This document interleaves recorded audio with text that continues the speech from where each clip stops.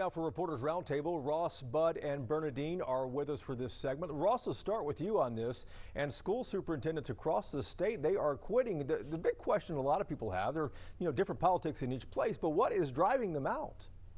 Well, I think if you've been watching any of the news that we've all been carrying about school boards and the noise that parents are giving the school boards, sometimes for good reason, sometimes not, I think it's a pretty high pressure situation. And a lot of these people are looking at it and saying, I've had enough.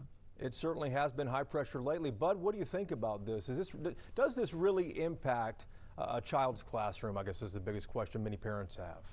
Well, it actually does. One of the factors that have successful districts is stability. When you have both a superintendent and board leadership that's in place for a long time, you have more success in that district. So all these districts, more than 50 in Texas, are going to be starting over.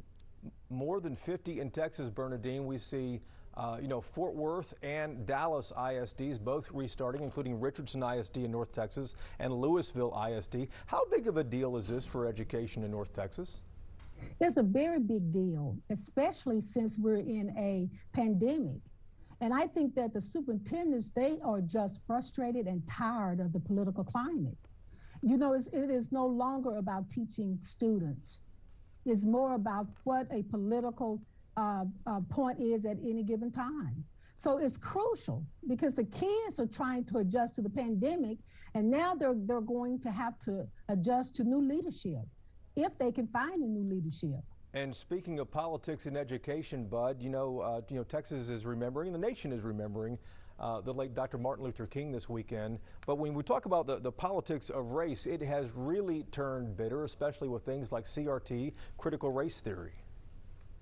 It just seems like that a large faction of the nation, the Republican Party conservatives, you can tell from the critical race theory bill in the legislature, they want to teach the Civil Rights Act in 1964, but it seems like nothing's supposed to have happened since then. Not affirmative action, not minority business set-asides. It seems to be civil rights equality and not anything with more progress. I'm worried that even the word woke is becoming a racial slur. You know what? That's a good point. I tweeted that out not too long ago, and people were, suggesting things like that. Bernadine, let me ask you the same question. The politics of race this holiday weekend as we remember Dr. Martin Luther King. Will this slow down at all? Will it die out, or is this just the beginning of more to come?